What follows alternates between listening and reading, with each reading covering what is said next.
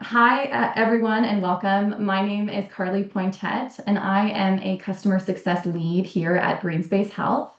I've had the pleasure of supporting some of our largest and most complex MBC implementations, including some of the groups joining us today. We are so thrilled to have such strong interest in this session. We've had over 700 clinical leaders and clinicians register, which is just an incredible reflection of the growing momentum behind MBC and the focus that organizations have on implementing it effectively across all types of behavioral health services. Before we dive in today, I did want to take the time to thank all of you for taking time out of your busy days and schedules to join us, as well as thank our wonderful expert panelists, Emily Gatto from the Lincoln Center and Sophia Pages from Zócalo Health. Their leadership and hands-on experience in implementing MBC will be invaluable in today's session. For those who may be new to Greenspace, I'd love to take a minute to share just a brief intro. Greenspace is North America's leading MBC technology platform. Over the past 10 years, we've supported over 500 behavioral health organizations, from community clinics to hospitals to payers and health systems, in using MBC to improve client outcomes, strengthen the quality of care, prepare for value-based care, and meet accreditation standards. Greenspace was built to make MBC easy and intuitive for clinicians, for organizations, and for clients to ensure its benefits could be realized without adding that administrative burden.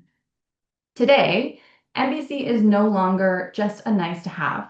It's recognized by the APA, the Joint Commission, and CARF, among others, as a core component of high-quality evidence-based care.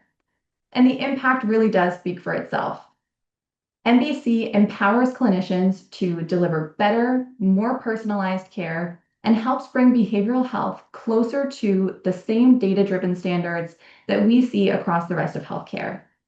Now, we see that impact through our data across thousands of providers and tens of thousands of people in care. So, a bit of context setting for today's session. After our last webinar in child and youth settings, we received a lot of really great questions, and a lot of them were focused on implementation and requests for more practical examples.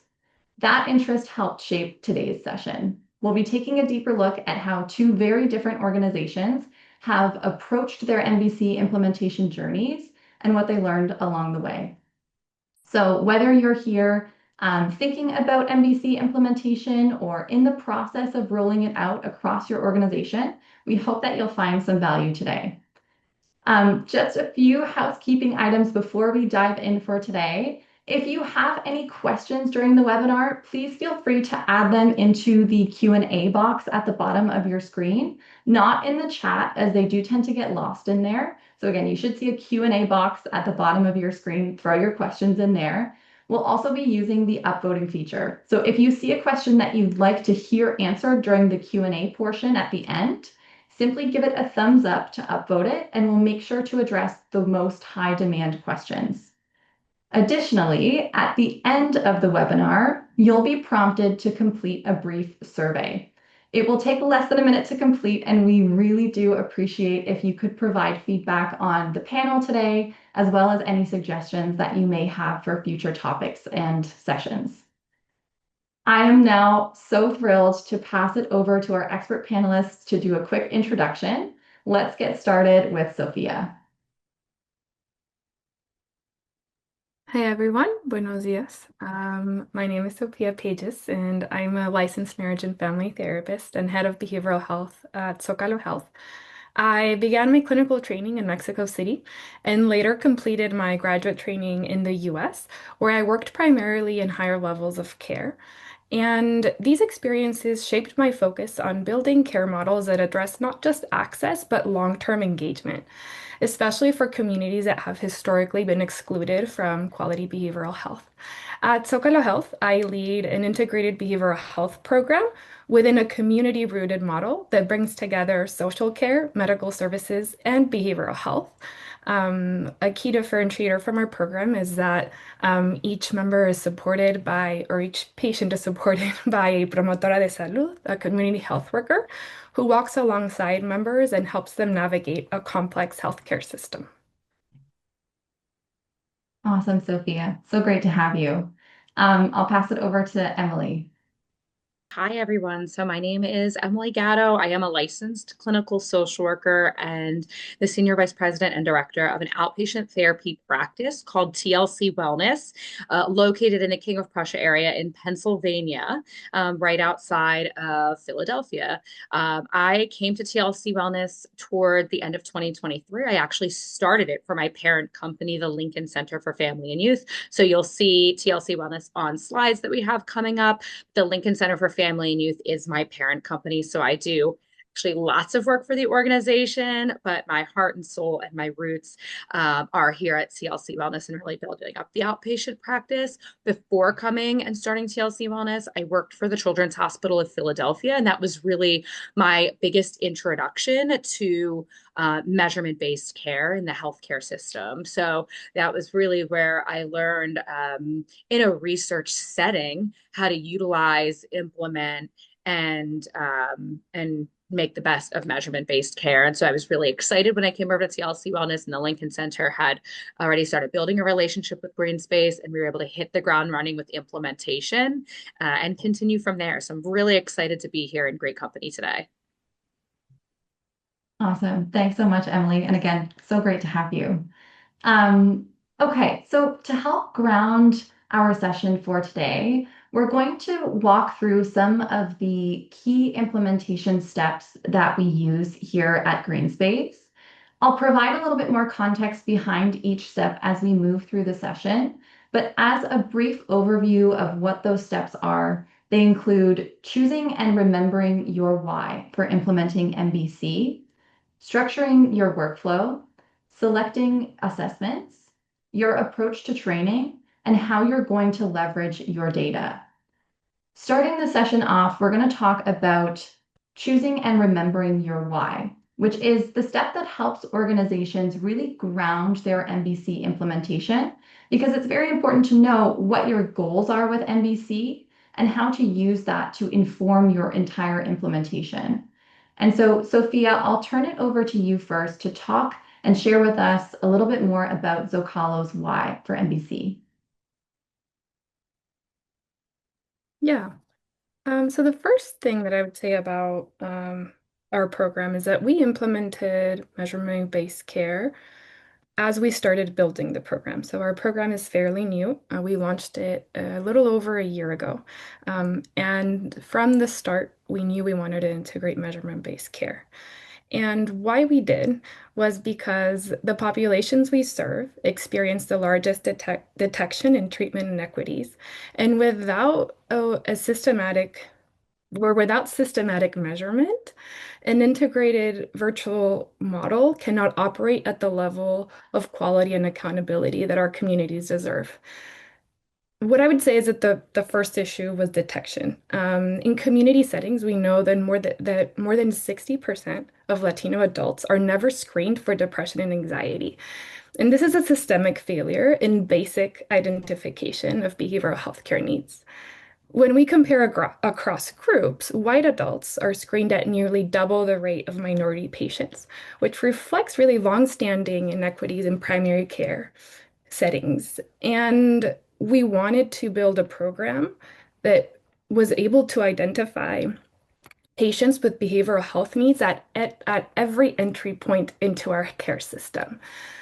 So this is why we wanted to have visibility. Adding to that, only 1 in 3 Black and Hispanic adults with a mental health condition receives any treatment, and of these that get screened and referred to behavioral health services, most of them never make it past the first appointment. And we wanted to be able to integrate measurement-based care to be able to drive drive continuous engagement and understand why our members maybe were disengaging from care and really understand how we could wrap around patients to better support them. I'll let Emily speak to her why.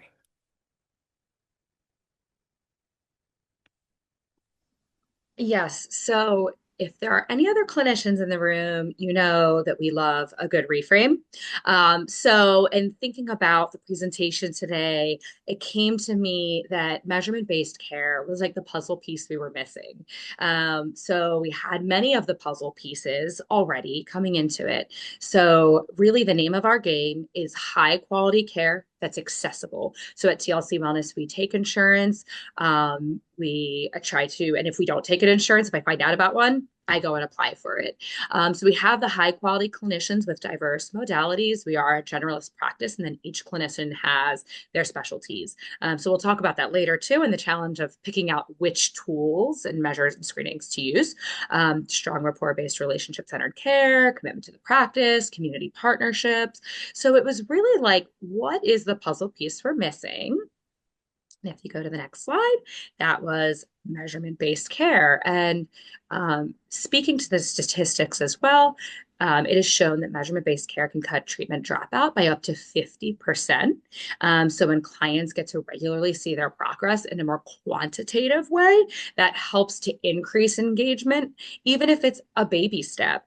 And also, that doesn't mean progress has to always be in the positive as well. So I don't want to imply that. But just that measurement and having something that feels more tangible to people is really helpful.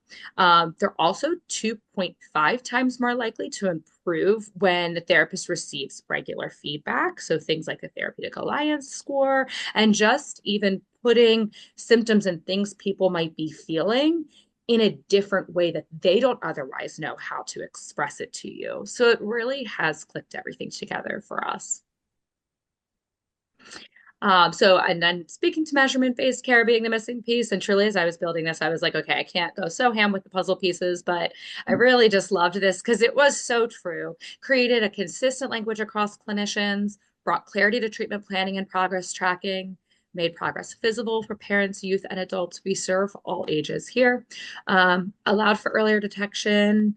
There's also times where safety is at play, and someone might not verbalize that in words, but will complete that on a screening tool, and also is utilized to strengthen supervision as well. So there's multiple facets of it.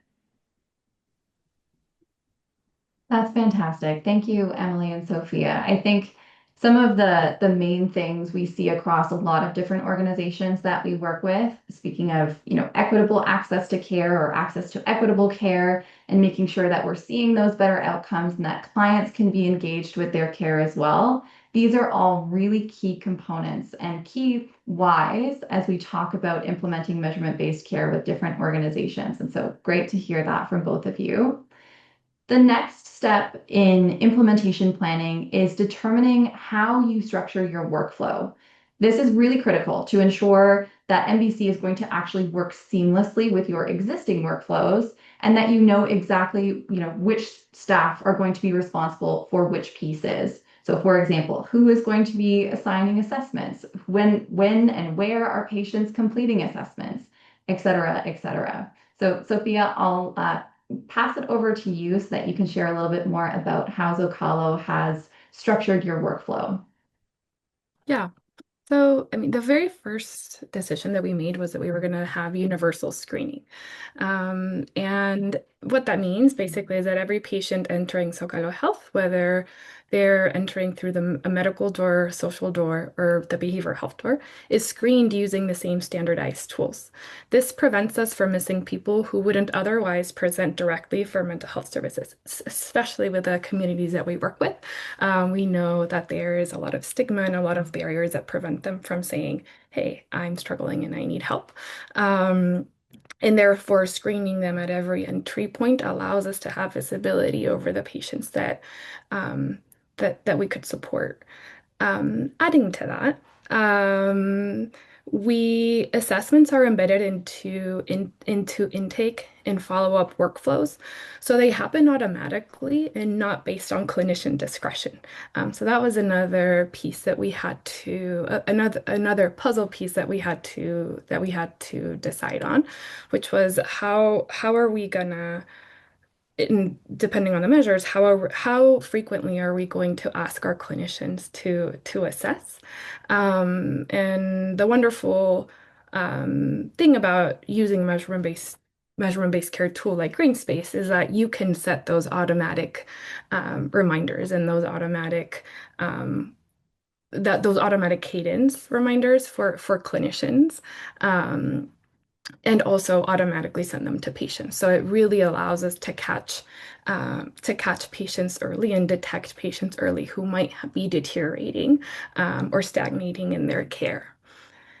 Another part in when considering our implementation is we had to consider our clinical model.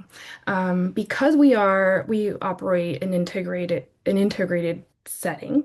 We use a collaborative care model where our multidisciplinary team works together to address different social, medical, and behavioral health care needs.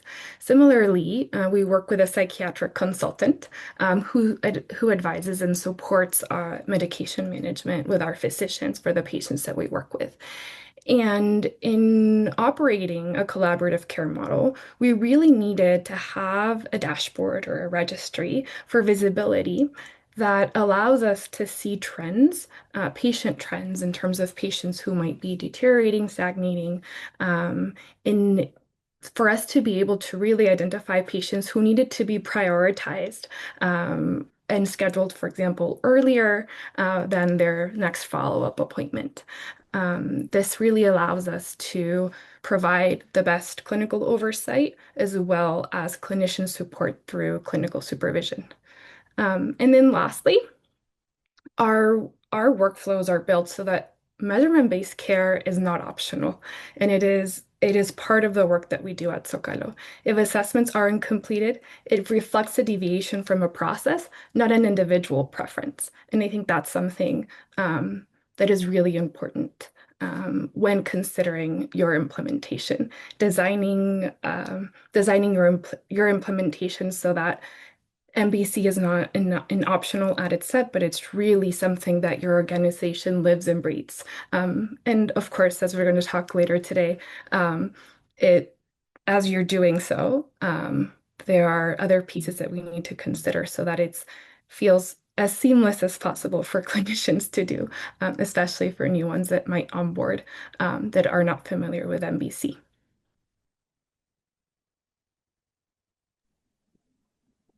That's fantastic. Thank you so much, Sophia. And I'll pass it over to Emily to tell us a little bit about how TLC has approached this.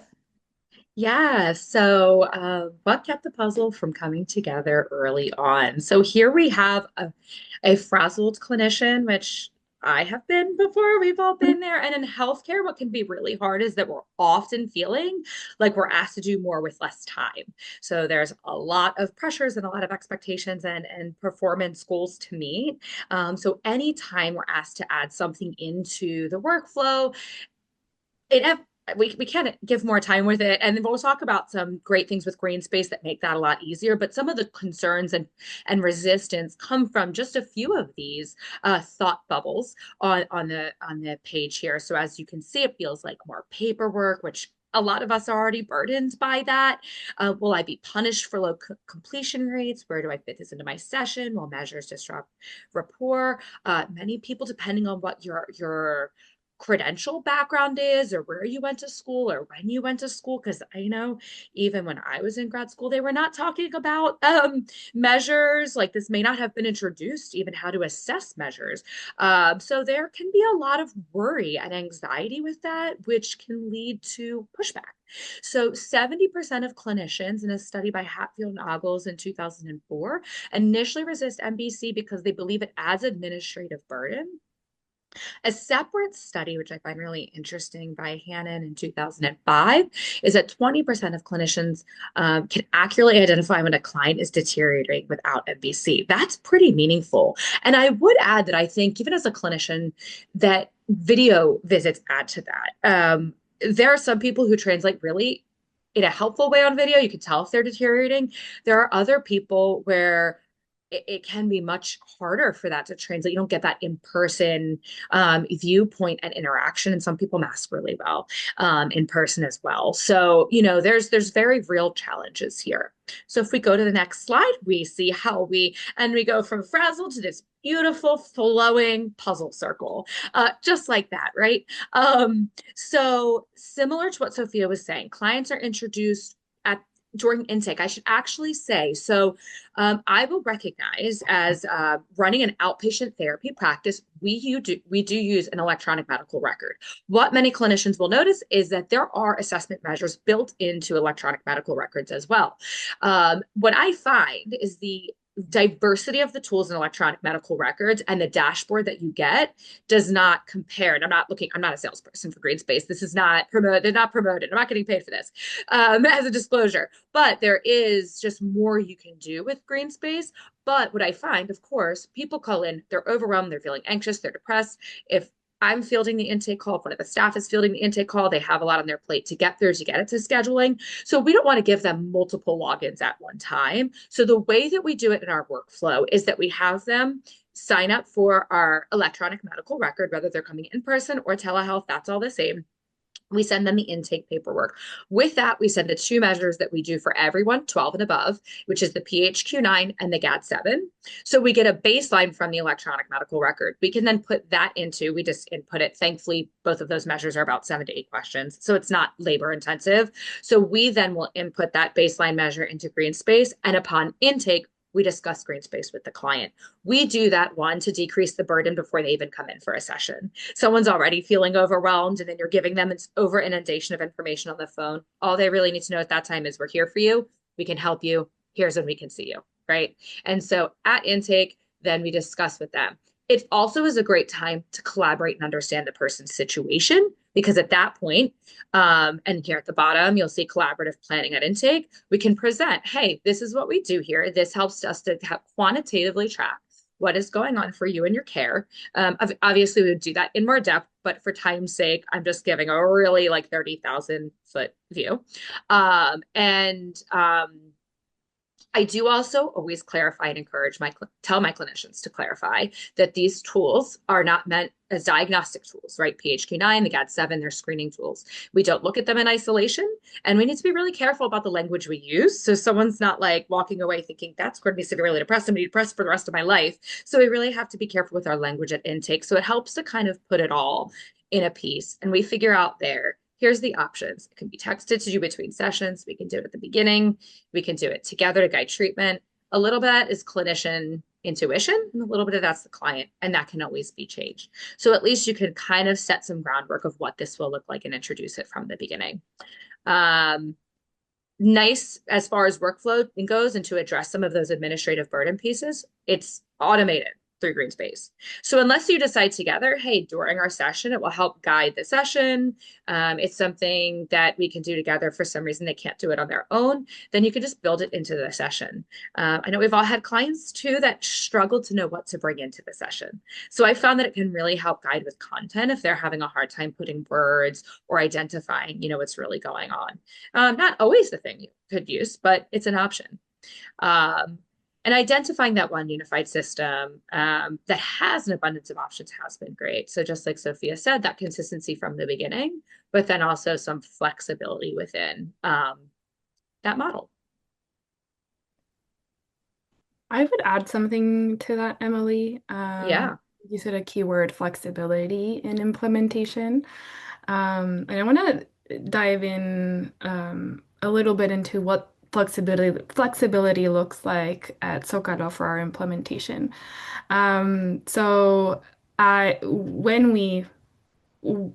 we started building measurement-based care, we had all of our workflows, policies, procedures, everything tied up in a nice bow, ready to launch. And when we launched, we started to notice very population-specific responses to how we were doing measurement-based care. And what I mean by that is we work primarily within rural communities of monolingual patients, so only Spanish-speaking patients. And we have, within those populations, we also have a lot of patients who are unhoused or who are older and or do not have access to smartphones.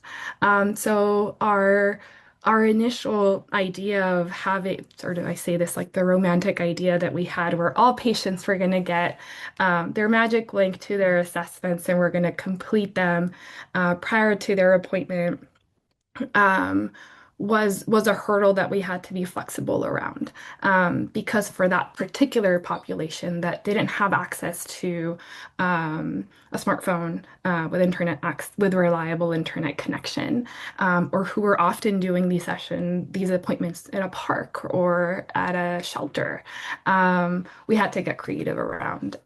So for some of the patient population that we work with, that looks like the clinician starts off session with gathering assessment data.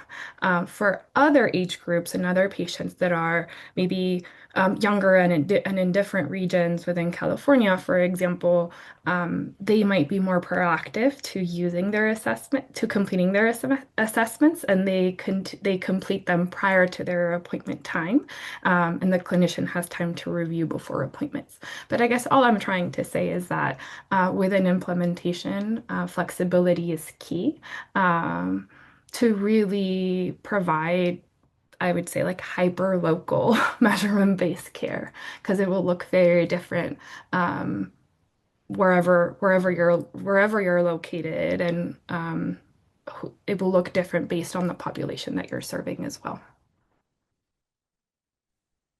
Yeah, what a fantastic addition, Sophia, and thank you both for sharing. I think flexibility is such a great word to return back to as we think about clients engaging with MBC and just to keep it in our minds. And I like that you also mentioned creativity because I think that's another wonderful angle to look at MBC through. To move forward, the next section is selecting assessments. So what assessments you choose will, of course, vary depending on what programs you offer, what your population looks like, what languages they speak, what kind of reporting the organization needs to do, and so on. And so choosing assessments early on can be really a key part of implementation and setting ourselves up for success. Sophia, do you want to walk us through how Zócalo chose their assessments? Yeah, as you know, we work with a primarily Spanish-speaking population. And with that, we had to select assessments that were validated tools in Spanish as well for our population. So right now we use the PHQ-9 and the GAT-7, and a Prepare, which is a social determinants of health screener at every entry point into our care. And then once patients with behavioral health needs are identified and engaged in a behavioral health program, we continue to use those measures, the PHQ-9 and the GAT-7. We don't use a Prepare at every point in care. We use it at admission 6 months, and then at the year mark, so basically every 6 months.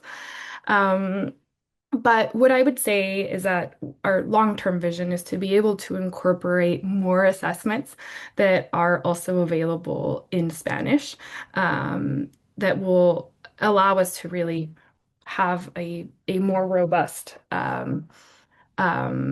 a more robust library of assessments that we could use specific to the diagnosis. But for now, we've selected those three. And have been following through in our data tracking for how our team is responding to the consistent adoption of these. Yeah, that's fantastic. I love it because sometimes it can be as simple as that. Three measures chosen because, they're validated in the language that you're serving. And I think this is an area too where sometimes organizations will get caught up in this place of trying to select the right tools, but I think it can be very simple. So I'll pass it over to Emily if you can tell us a little bit more about TLC and how you chose your measures. Yes, yes. So I will never not giggle when I see this slide because my 4-year-old was actually next to me when I was making this, and he desperately wanted me to put these pieces together. And I'm like, it's not that kind of puzzle, man. But it's interesting. And actually, the person we were working with when I first started using Greenspace, Jordan, introduced me to the idea of looking at the agency as a whole and then also individual symptoms, right? So what I mean by that is we also use the PHQ-9 and the GAD-7, and we have everybody do that. So we can also have collective data as an agency to see where our agency health is. Again, there are a lot of factors that go into screening tools, and humans are complex. We go up and down. So it's not to say that we expect or equate if people aren't doing well that it's all us, but it just helps us to see consistency of implementation, overall trends. So that's where it's helpful to pick these evidence-based and more kind of straightforward tools that can go to a wide variety of people or majority of the population so that you can really pull that. I don't know if there are any other assessment or data nerds out there, but when I first saw all the options in Greenspace, I was in like assessment heaven, like just looking at all the things you can do. And it can be like, oh, I could pull that, I could pull that, I could pull that. So it's definitely good to have this foundation. We then do, and I think this speaks to some of the anxiety that clinicians might feel as well, because I find that um, clinician autonomy is really important, right? That creativity, that being in tune with yourself and your clinical judgment, knowing that your leadership trusts you and that judgment. So while we have those base screening tools, our clinicians do also have the flexibility to use tools, say if one works in OCD, to use tools for that. Or if they're assessing if a child might have ADHD, to use the Vanderbilt. I know for myself, I do a lot of trauma and EMDR work. So then I use the dissociative experiences scale to assess for any potential disassociation concerns that might be at play before engaging in EMDR processing. So there is that flexibility. And I think that's maybe just speaking for myself, but I've seen it with my clinicians too. Kind of fun and really great tool to have on top of our standards. Another standard that we chose to go with was the relationship and engagement metric, the therapeutic alliance. That helps to give a lot of insight. Buy-in is everything. So when we talk about engagement, right, if we feel some level of alignment, if we feel some level of being understood, whatever it is, then we're likely to maintain in treatment. So I have had this situation where we may notice high cancellations for a clinician, and that therapeutic alliance might help us. And that's not to be used against the clinician. It also doesn't feel good when you're a clinician and people aren't showing back up.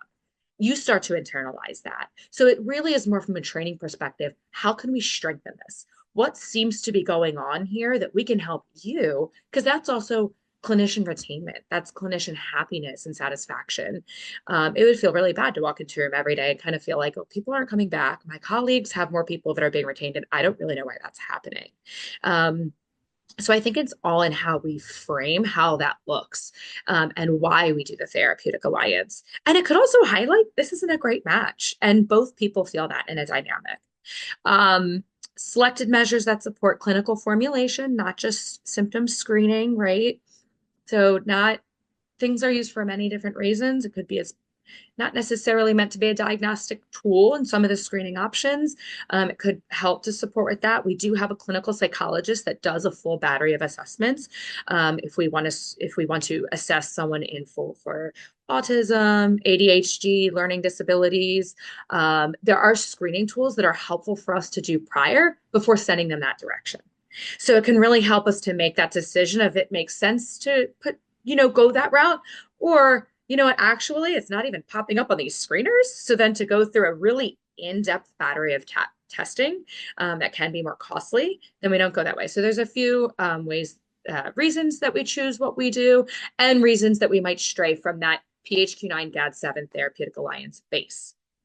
And then our yellow puzzle piece here speaks to just the varied population and making sure that there's developmental relevance.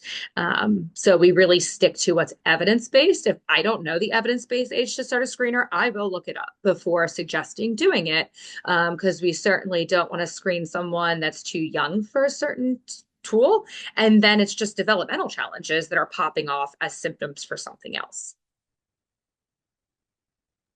Emily, I really liked the distinction that you made between the assessments that are, you didn't use this word, but my word's mandatory within your organization, and then the assessments that are uh, clinically encouraged based on the patient presentation and the needs. And I think that's something that you have to, that when you're implementing MBC, you have to keep in mind. There's going to be the assessment battery that you use to track outcomes at an organization level that is going to be really important that you're consistent with. And then you have this amazing tool that you're bringing into your organization with an amazing library of tool assessments that that your clinicians can use to really enhance their work. And I think thinking about it in those two ways is really important because in clinical supervision and when triaging or referring patients for specialty care, you can use specific assessments to help guide those decisions. And these assessments are separate from the mandatory MBC workflow, if that makes sense. Sophia, I was almost going to say the exact same thing. I think it's really important, and we do see a lot of organizations that operate very similarly, where you've got a core set, but then clinicians can have the free rein to select other things that they feel may be relevant for clients and or something that they particularly like. And I think that is really great from a data collection perspective as well, which we'll talk about in a little bit. Um, Training staff and clinicians is another really important component of a successful MBC implementation. We, of course, want to make sure that everyone on the team understands the why for MBC, but also how that impacts care and how to use it in practice, especially when there is technology involved. So, Sophia, I'll pass it off to you to talk a little bit about Zócalo's approach to training. Yeah. So as I mentioned before, we had the amazing opportunity to build our program and integrate measurement-based care like from the ground up. So and I can imagine that as we onboard new clinicians who aren't used to working with measurement-based care will be a continuous like training and learning point for our team. But the decision that we made when building our model around with measurement-based care was that we needed to make this not optional and mandatory. And the way that we decided to do that was to integrate measurement-based care into our clinicians' KPIs. So every quarter, and whenever we do their reviews, we have metrics that they have to meet, standards that they have to meet regarding their engagement with assessments. And what this looks like, I think some folks might when we hear that we might or I had this question like, will clinicians be scared? Like how will they use this tool in a way that empowers them as clinicians? And how we did that is I think you can only do it with a tool like Greenspace because a tool like Greenspace allows you to see how clinicians are engaging with a platform. So we're not the the KPIs that we've set forth aren't regarding like how many patients are completing assessments, more how often are therapists engaging with a platform, and um,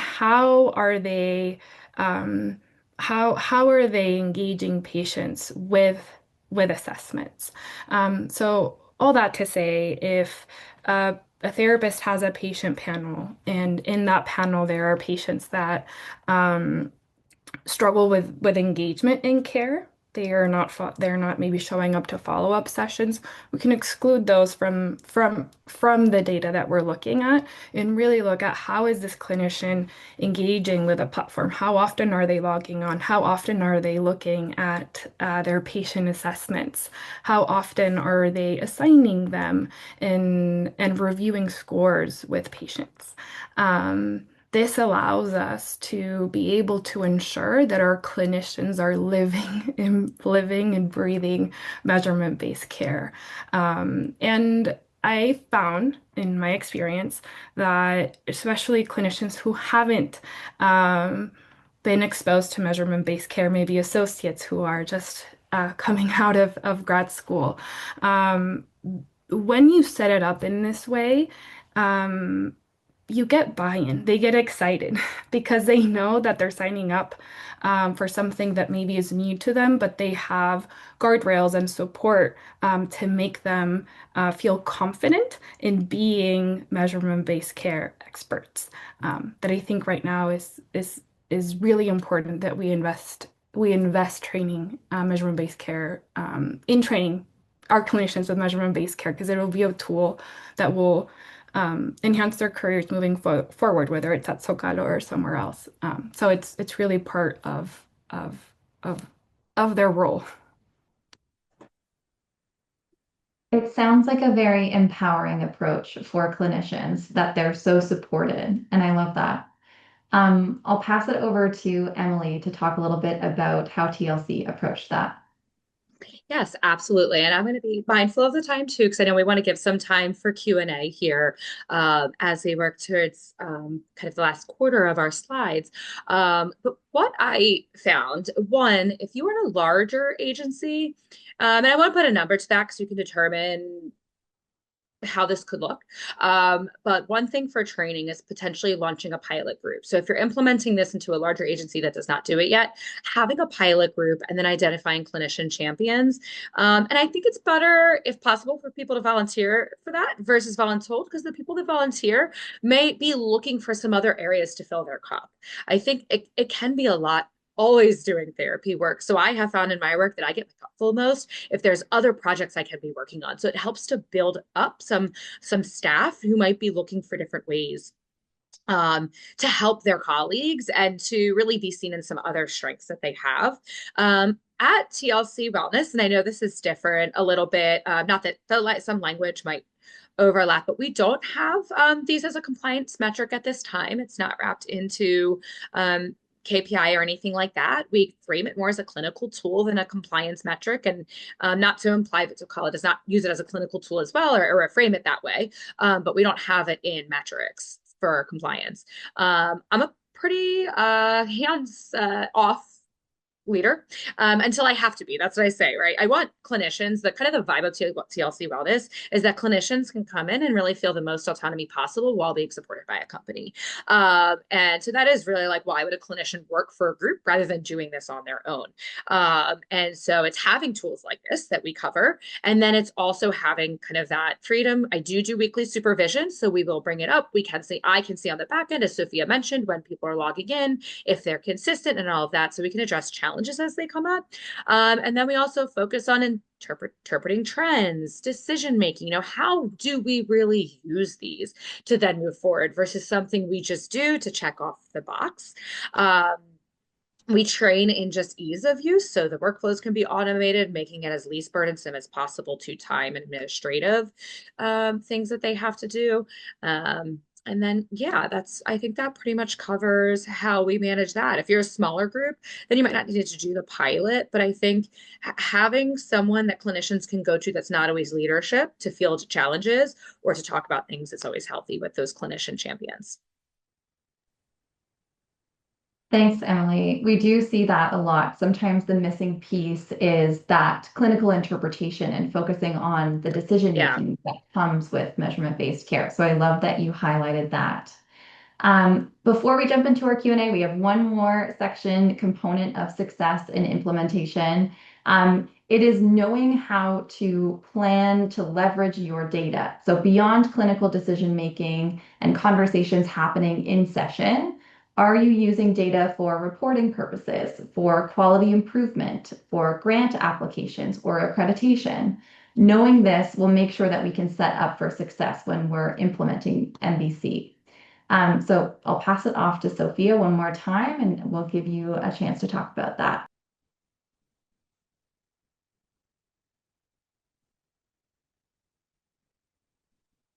Sorry.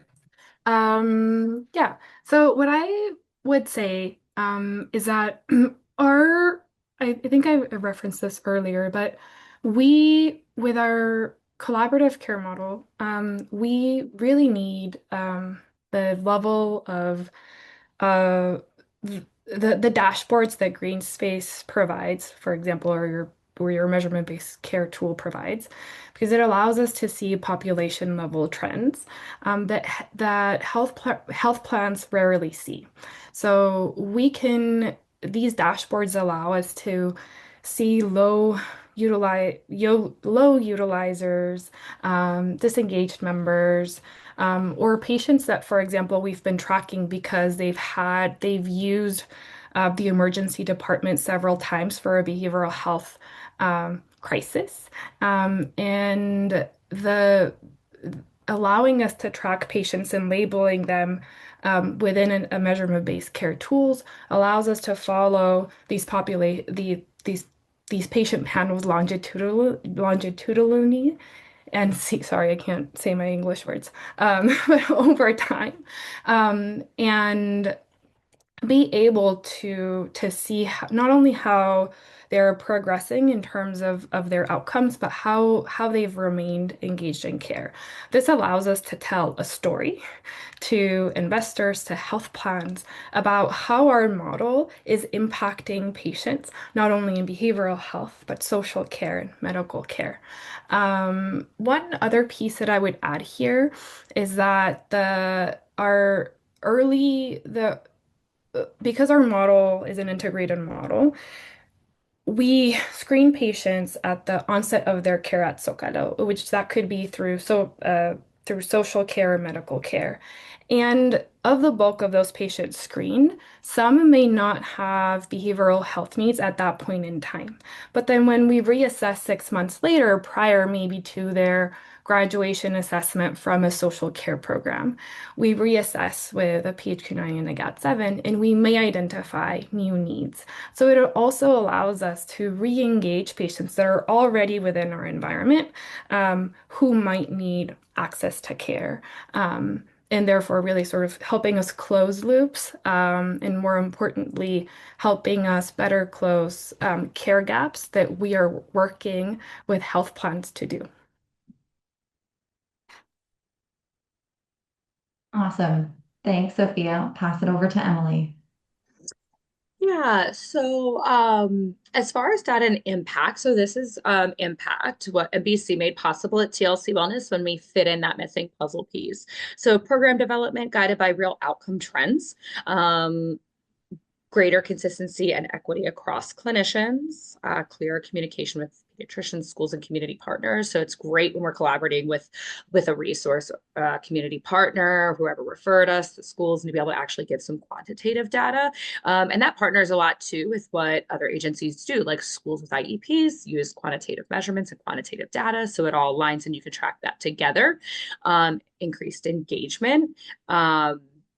And we really did see the buy-in increase very quickly, and we mostly have gotten excitement about it, but I can see where the concerns come in. Speaking to the statistics, routine use of PHQ-9 and GAD-7 reduces dropout rates by up to 50%, so similar to what we said in the beginning. For the GAD-7, It helps to screen for multiple anxiety disorders, not just generalized anxiety. There's also other screeners that can help with that as well. And accurately identifies anxiety 89% of the time. So there's really just some helpful, I think, if clinicians are pushing back, or even clients are like, this is too much, I don't want to fill this out. There's always continued conversations to make sure we're fitting in with best practice for our client. But I think coming back with some of these data collection points and numbers is really important with helping, and we see those same outcomes. And if we look at the last slide here, what others can take from our puzzle. Just a few points in here. And most importantly, measurement-based care didn't just complete our puzzle, it brought the whole picture into focus for us. So put that highlighted the most. And if there's anything we didn't cover, please feel free to reach out at any time. I know the About Us was dropped in there. I'm sure contact information was there. And I'd love to give a few minutes for some Q&A. Awesome. Thank you both so much for highlighting that section. We will jump into the Q&A now, so thank you to everyone for your great questions. I'll start with the question with the highest votes, which is, what strategies have helped you maintain momentum with MBC over time, especially after the initial excitement fades? I think this is a fantastic question, so I'll pass it over to Sophia if you want to give your answer first. Yeah, I think embedding it into clinical, in whatever equivalent to your weekly meetings with your clinicians are, but we embed it in. We have a weekly treatment planning meeting where we review our dashboards with measurement-based care, and we really look at patients who have deteriorating or stagnation trends, and we highlight those and discuss and support clinicians in addressing or making changes to the patient's treatment plan to better support them. And additionally, we also take a moment to highlight the patients that have, I mean, the dashboard also allows you to see the patients that have been progressing and making changes over time. And that's a huge, like, positive reinforcement. We want to be able to look at our registry or patient panel and say, hey, the work that you're doing is impactful. Your patients are improving, not only by their qualitative in details that they're providing, but we're quantifying it. And here is the visual. So that really being able to model that for your clinicians and support them in visualizing that data, I think is a great positive reinforcement for continuing to use measurement-based care. Yeah, it's really critical, right? That you're not only using measurement-based care, but you're starting to see the impact. I think that can certainly keep the excitement going. Emily, I want to pass it over to you as well to share your thoughts on this one. Yeah, I love what Sophia highlighted as utilizing it as a tool to show outcomes. And honestly, I think even if outcomes aren't just positive, but also if they're declining, as a tool of like, hey, look what we were able to catch with that. We know that using these screening tools helps to decrease rates of suicide by 15 to 20% because it captures that if someone is otherwise not going to verbalize it. And of course, they're not always going to complete it on this screener as well, but we can only do the best that we could do. So I think really being able to highlight, hey, we were able to catch that by using this screening tool. And I think also bringing clarity. It's hard as a clinician when you're feeling like, what am I missing here? Or sessions are becoming really repetitive, or, especially when you're meeting with someone for quite some time, you just sometimes need something to help with that. So when people see those benefits, I think it helps to keep the momentum. And I just think the regular conversation, numbers are not always exciting. That's why I'm not a mathematician. But it's also just like, it's helpful. And so if we keep it a part of the conversation, bring it up in supervisions, at least we know that we're not just dropping off. Yeah, I think that's right. We also, at Greenspace, we encourage organizations that have those success stories with clinicians to share it with peers. We find that to be really impactful as well, to hear it from, your colleagues or your peers that this is working for them. Moving forward to the next upvoted question, How would you recommend best supporting older adult clients in using MBC as a clinical tool? This one is from Emily. I'll pass that over to Sophia first. Yeah, we've actually so how we solve for that at Zócalo is first of all we're a virtual program, so that has some limitations. But w with our older patients, we have the clinicians most of the time we have the clinicians ask the assessment questions at the beginning of care. And every depending on how often we're seeing the member, we discuss and show with them their assessment results. And that we found um, helps them also can stay engaged in care because they not only are they get to see and really feel the improvements that they're making. But with them, we've had to really our efforts have been focused on completing the assessments at the time of their appointment because they may have struggled using their phone or their device to complete the assessments. Yeah, awesome. I think the theme of flexibility also comes in here. It's just really important to make sure that we can reach all different populations with that creative mind that you mentioned earlier. That's fantastic. Okay, I want to make sure we get to at least one more question. So we'll move forward to this one for Emily. Um, what has been the most useful aspects of how you've leveraged your MBC data?